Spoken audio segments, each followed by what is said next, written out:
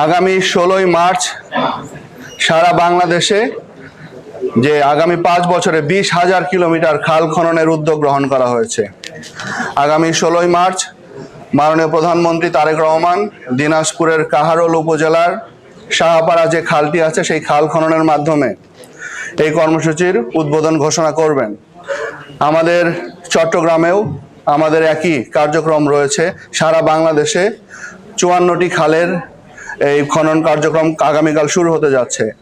সরকার এই পর্যায়ে target based কার্যক্রম পরিচালনা করে যাচ্ছে।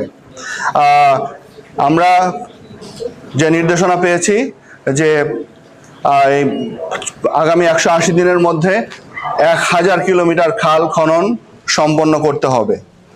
আমাদের চট্টগ্রামের মিরেশরাই উপজেলার বামন সুন্দর যে খালটি রয়েছে এই খালটি মূলত 24 কিলোমিটার দীর্ঘ একটি খাল। এই খালের চারপাশে প্রায় 15,000 হেক্টর কৃষি জমি রয়েছে। সেখানে আসলে পানির অভাবে দীর্ঘদিন চাষাবাদ থেকে ঠিক টার্গেট অনুযায়ী চাষাবাদ সম্পন্ন হয়নি। আমরা প্রত্যাশা করছি আমাদের এই খাল খনন কর্মসূচি সম্পন্ন হলে 5,000 হেক্টর জমি নতুনভাবে চাষের আওতায় আসবে এবং চাষাবাদের পরিমাণও অনেক বৃদ্ধি পাবে। প্রাথমিক পর্যায়ে 3 কিলোমিটার আগামীকালকে যে কাজটা শুরু হচ্ছে স্বেচ্ছাশ্রমের বিনিময়ে 3 কিলোমিটারের খাল খনন কার্যক্রম আমরা শুরু করছি আগামী 16 তারিখে।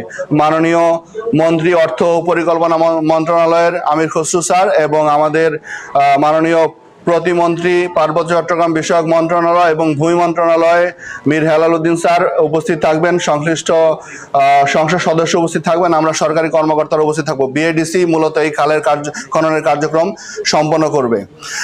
আপনারা জানেন যে বাংলাদেশে একটি হচ্ছে কৃষি নির্ভর একটি দেশ।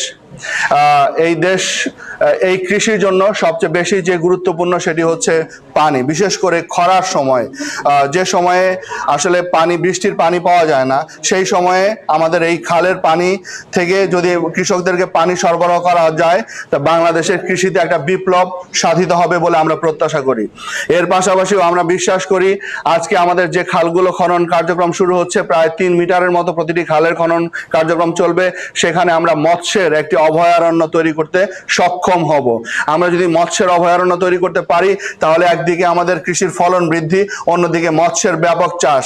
সুতরাং এই দুটি মিলিয়ে বাংলাদেশের অর্থনীতিতে আমরা বিশ্বাস করি একটা গুরুত্বপূর্ণ একটা মাইল ফলক হিসাবে কাজ করবে। আমরা আমাদের একটা সুনীল অর্থনীতি, আমাদের একটা সবুজ অর্থনীতি আমরা গড়তে সক্ষম হব।